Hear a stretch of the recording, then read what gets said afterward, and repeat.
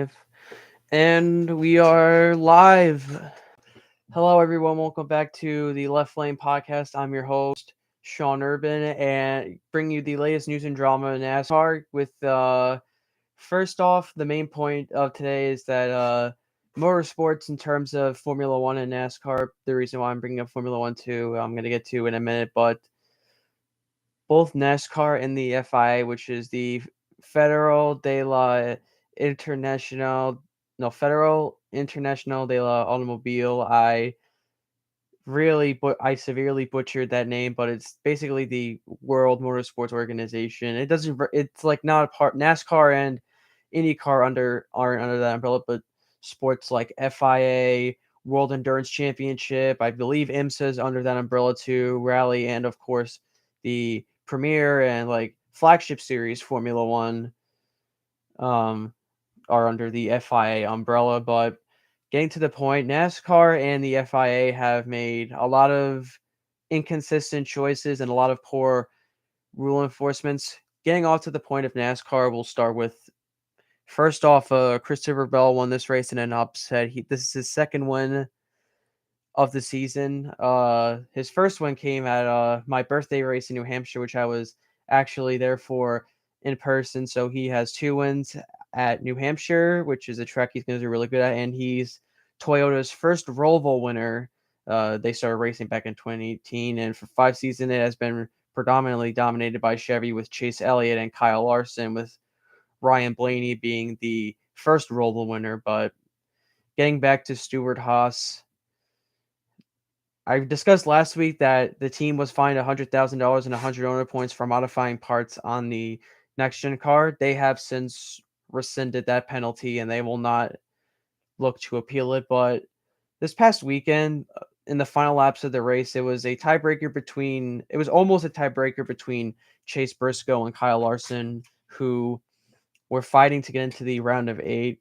Going into the final lap of the race on the backstop of the Charlotte Roval, in the bus stop, or the rear chicane, as a lot of people call it, Cole Custer stopped and held up two drivers. One of them was Austin Dillon, and let his teammate Chase Briscoe by to allow him to advance to the round of 8. This is Briscoe's second year, and he is a previous winner at Phoenix. And if he can keep it consistent enough, he can possibly be a dark horse championship for and possibly a champion, being that he won at Phoenix earlier this year. That was his first career win. But overall, the penalties that came afterwards. This is similar to Spingate, and for those of you who don't know, Spingate was a controversy in 2013 between Stuart Haas Racing. It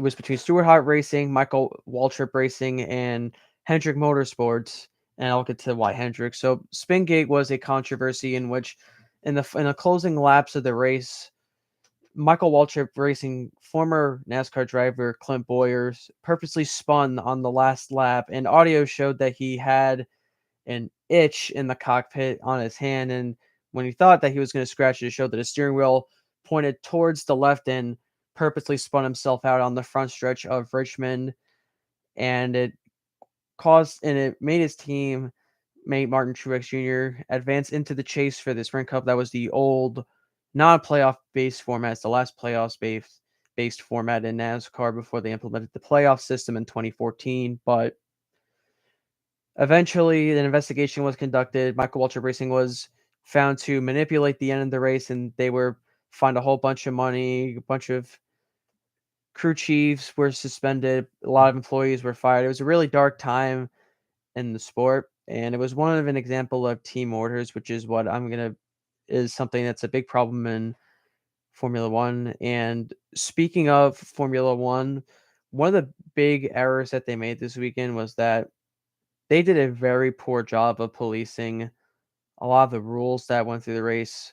So for the first controversy that came out of the Japanese Grand Prix, which took place at Suzuka, was that in the final part of qualifying, Formula One driver Lando Norris was setting up to run a hot lap around the Suzuka circuit when Max Verstappen, who was finishing up his lap, purposely almost ran into Norris and caused Norris to go all the way off the track. However, the FIA chose not to penalize him and allowed him to keep the pole lap. And it was a really rainy weekend at Suzuka. Within the first 3 laps, they decided to red flag the race because a bunch of cars were getting beached and spinning off the turns, and Formula One driver, French driver for AlphaTauri, Pierre Gasly, was pitting for wet tires and coming out and doing a running lap to meet all the other cars who, at the time, were red flagged and were on their way down the pit lane.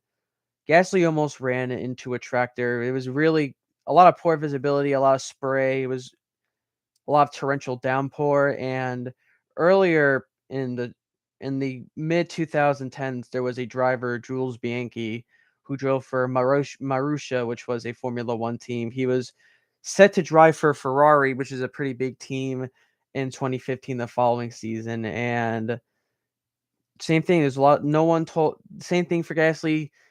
There were no marshals to tell him that there were red flag conditions. I don't believe that there were any lights on the back of the car at that time, and Jules spun off sector 2 in the Suzuka circuit, hit a tractor, slipped into a coma, and passed away a couple months later. And that really boiled a lot of the FIA's blood, since not the FIA's blood, but just a lot of the fans too, since the FIA chose to penalize Gasly for going full throttle around a track that was red flagged, even though he didn't know at the time it was red flagged, and there was absolutely no indicator of a tractor.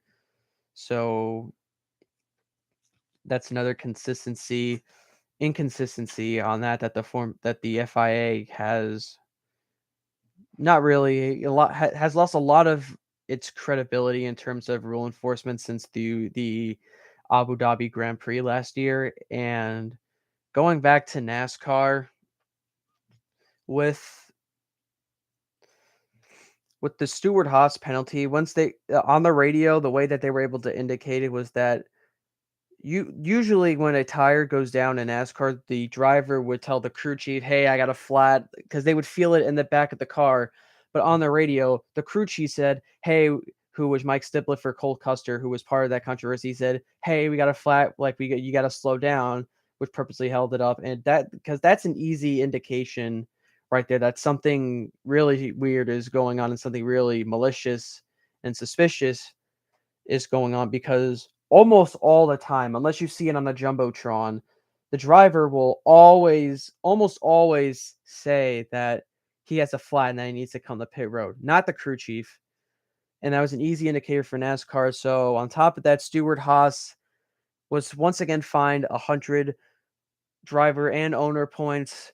The crew chief Mike Shiplett has been suspended indefinitely. Cole Custer has also been forced to pay $100,000 along with Shiplett, and but that's one Stewart-Haas Racing is going to attempt to appeal, because they're going to fight to keep Shiplett in with Custer in the final races of the season. And more sad and pressing news is that Alex Bowman is likely going to miss the rest of the season because he has not been cleared for Las Vegas, Homestead, and the round of 8 races that include those two and Martinsville at the end. And it's pretty much unknown if he's going to come back for Phoenix, but I think it's safe to say that it's better for him to focus his efforts for 2023. And what this really is setting out for an indictment in NASCAR's part is that team orders are always a huge problem, and they're very, very difficult to police, which was what we saw next weekend. So to do things similar with Formula One and NASCAR, team orders have always been commonplace in Formula One for a pretty long time. Originally, the FIA had banned team orders in the early 2000s to allow for more competitions and the drivers to go to the best of their ability. But with the team principles and the drivers using code words such as Fernando is faster than you, which is a code word for Felipe Massa, and Fernando Alonso to slow down for a faster Fernando Alonso in 2010 for one of the Grand Prix. And the FI just decided to say, you know what, it's too difficult to enforce. We're just going to let them do what they want, and like kind of like a Jesus take the wheel kind of thing for the teams, and they create a big problem because, for one, it's not allowing the drivers to show their best potential, and two, it creates a lot of animosity in the teams because while it may encourage the teammates to push and be better, it really, in reality, divides a lot of the team because there's always gonna be one driver that says,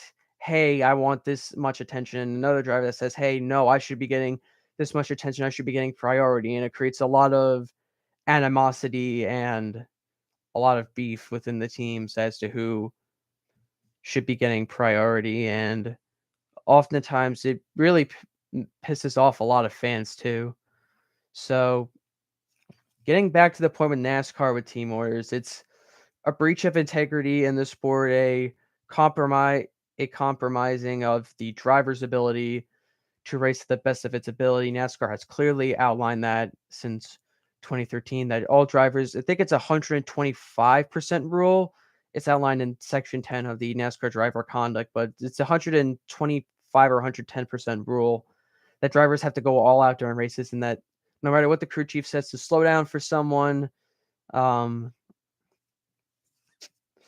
you can't you can't purposely slow down on the last lap so your teammate gains places, and it's an inconsistency because the before the two there were two previous incidents before that stirred up a lot of controversy. In the 2020 Martinsville race, it was a cutoff race for the championship where it was Joey Logano and Denny Hamlin.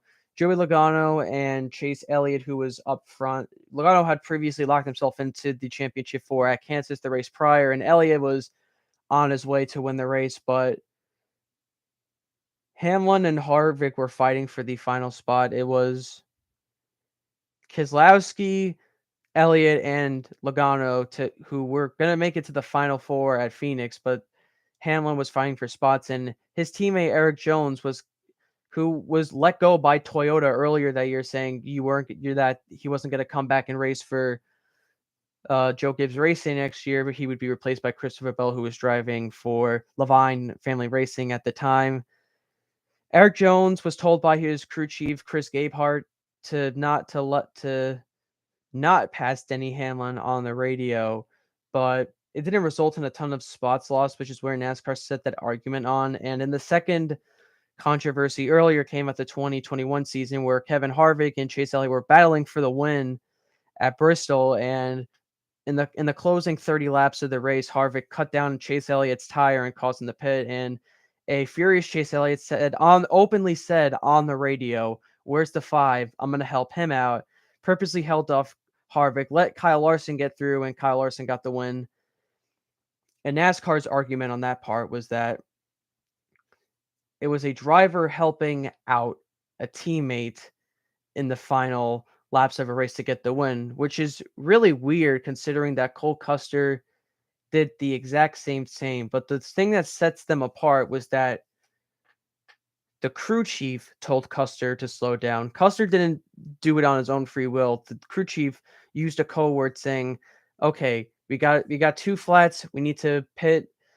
And with Elliott openly saying on the radio, "I'm going to help him out." So NASCAR's argument there seems to be the drivers make their own decisions and allow a lot of the stuff to be handled by the drivers, but it's really contradictory considering that some of the beef that drivers can handle, like Byron spinning out Denny Hamlin a couple weeks ago at Texas during a caution lap, NASCAR fined him and slapped him that. But even though the penalty was appealed and rescinded, even though they hiked up the $25,000 penalty to $100,000, it's a pretty big inconsistency on NASCAR's part.